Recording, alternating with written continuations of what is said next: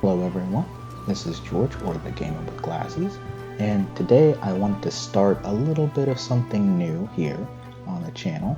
I wanted to give some tips and tricks for Monster Hunter World.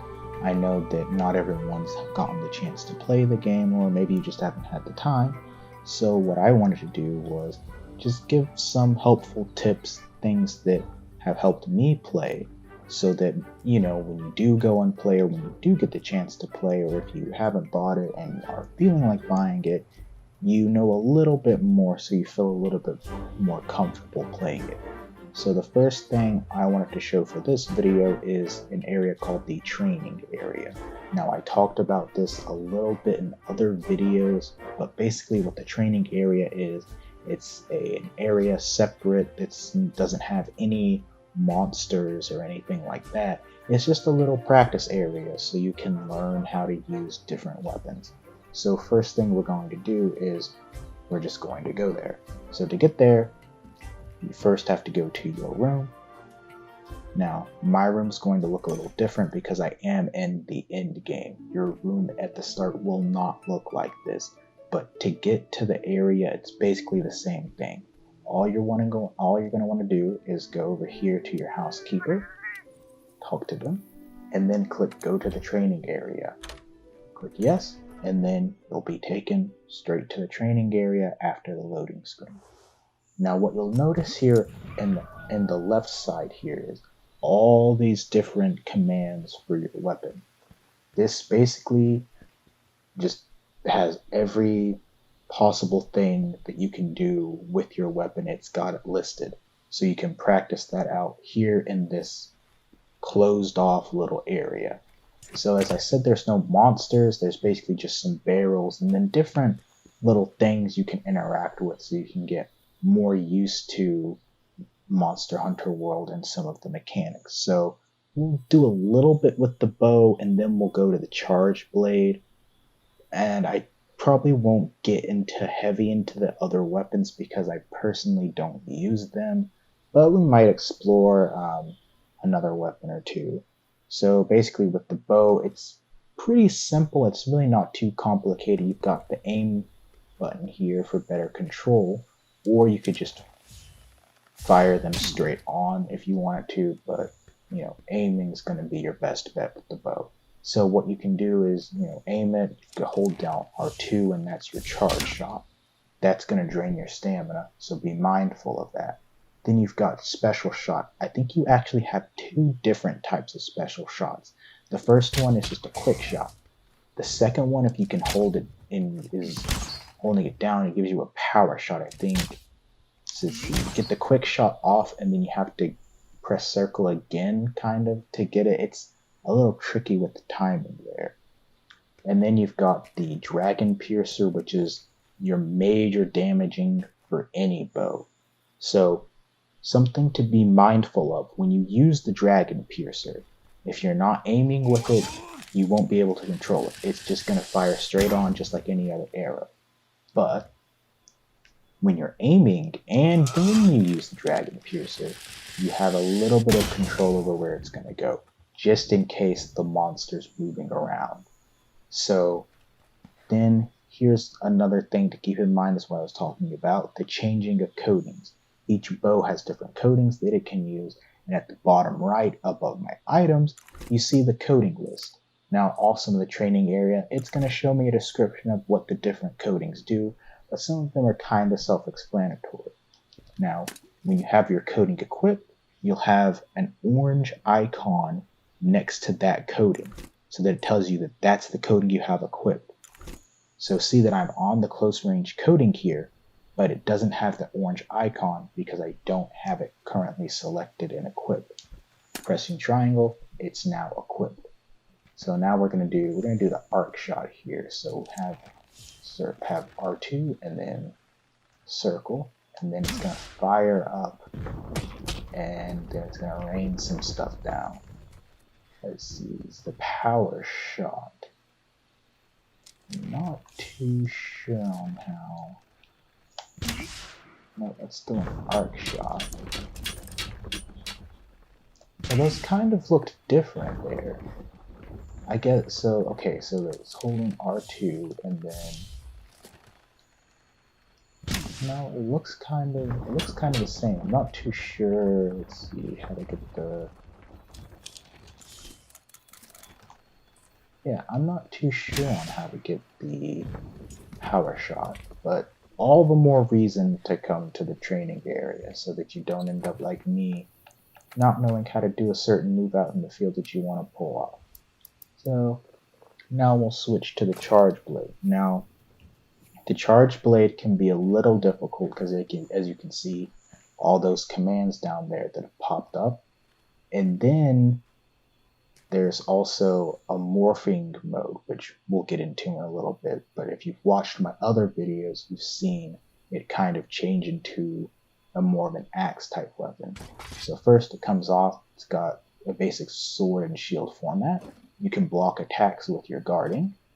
And basically what I'll do is it's going to take some hits for you, but what's going to happen is the trade-off for blocking attacks is it's going to drain some stamina, and it's also going to lower some of your weapon durability. So be mindful when you're using it, because that could put you in danger just as much as not guarding. So first, obviously, you got the little weak slash here. It doesn't do a lot of damage, it's just the basic.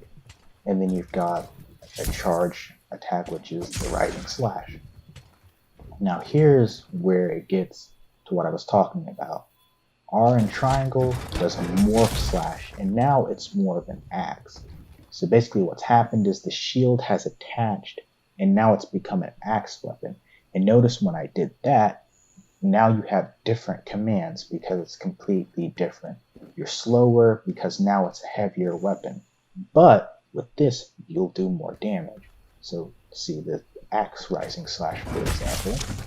You see there's about like a 44, then you've got a 58 compared to your normal attacks that we're doing about 13, 14, 18, maybe sometimes 20 if you're lucky.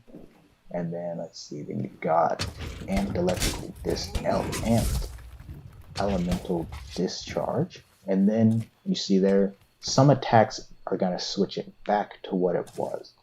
So you can just do that to get it right back. And then axe element discharge 1. And then morphing slash, you do an attack and you switch back to just the basic mode.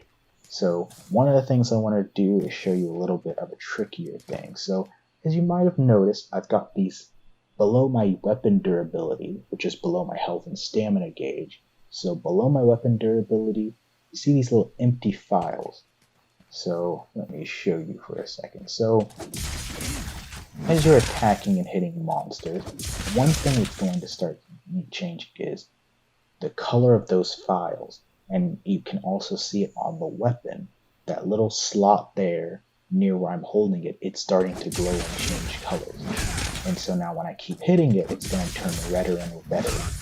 So when something like this happens, now you're doing more damage and everything, and now it's glowing. See, so this is something to keep in mind. When your weapon is glowing like that, sometimes it's going to bounce off. You're still going to do some damage, but it's going to bounce off and you're not going to be able to follow up and do combos. Now notice all my little things are empty. I'm going to charge the files by holding R2 in circle. Now it's going to kind of go back. It's going to go back to normal. I'm going to keep striking to get it right back up to where it was. I'm hoping I can kind of get this on the first try so I can show it to you so that I don't have to go back through. So we're going to keep going here. We'll keep hitting, and now here we are. And now we're going to change the mode and do the element discharge. And then halfway through, we're going to let go and let it change back to the base mode. Now you might be thinking, what changed? What changed now is that my files are empty, but if you'll notice, my shield is glowing. And you'll notice below the weapon durability, the shield is glowing up there too. So now with this, you do more damage with your basic slashing. See now how it's doing some things like 54 and stuff. It's doing way more damage. And another thing that's changed is a type of attack that happens in the axe mode. So we're going to follow all the way through. It's going to be more like a 2 style attack. It's going to scoop and then you're going to slam down with it. So let's see. So those are kind of like the basics. Then you've got just combos down there. So let's just pick another weapon real quick. I'm not going to fully run down because it's going to be a weapon I haven't used. Do basic. I think this is basic sword and shield here. So then, as you can see, you get different things. Sword and shield is a close-range weapon set that focuses on agility and dodging. It's great for beginners. And then you've got a basic combo down there. You can guard, and then I guess you can aim the slinger. I don't know if that. I think that's something you can just kind of do. I don't know if that's part of being able to. I don't know if that's part of being able to do it when you have the. Let's see. Okay, so it looks like you can kind of do it while the weapon's drawn. So that might be a little bit different. I'm not too sure because again, I for one have never used it. So you can do a shield attack. Oh. So you can do a shield attack here.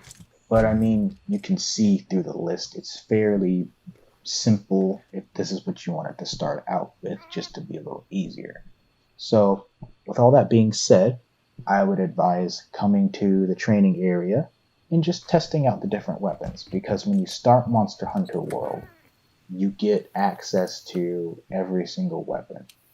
And basically that's just going to be, every weapon's just going to be iron, it's going to be its most basic, and you can just kind of choose what you want and kind of just go with it, test it out, and just see how things go. So, with that being said, thank you for watching the video. If you liked the content, be sure to like the video and subscribe. If you didn't like the content, be sure to leave a dislike and let me know what I can do to improve the videos further. With that being said, whether you liked or disliked the video, I hope you have a great day. Thank you.